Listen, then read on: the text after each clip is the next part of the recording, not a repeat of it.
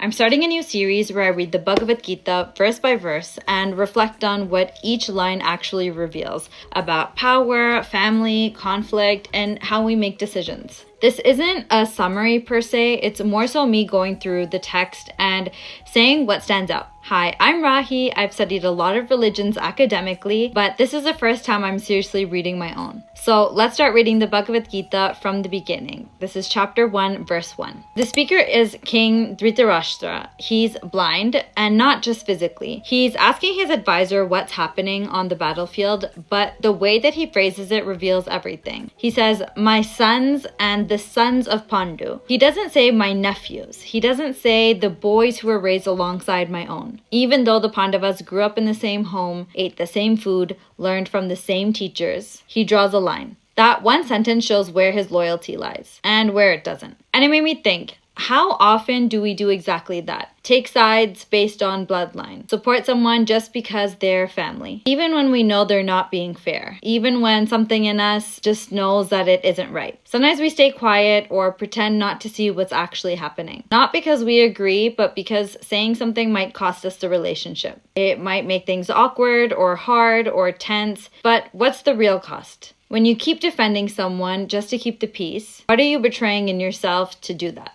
The Gita doesn't open with peace or wisdom. It opens with someone choosing loyalty over accountability. So, I want this to be a real conversation, not just me talking at you. What does this verse bring up to you? And what situations does it remind you of? I really want to make this an open dialogue, even like an open journal in the comments, so let me know.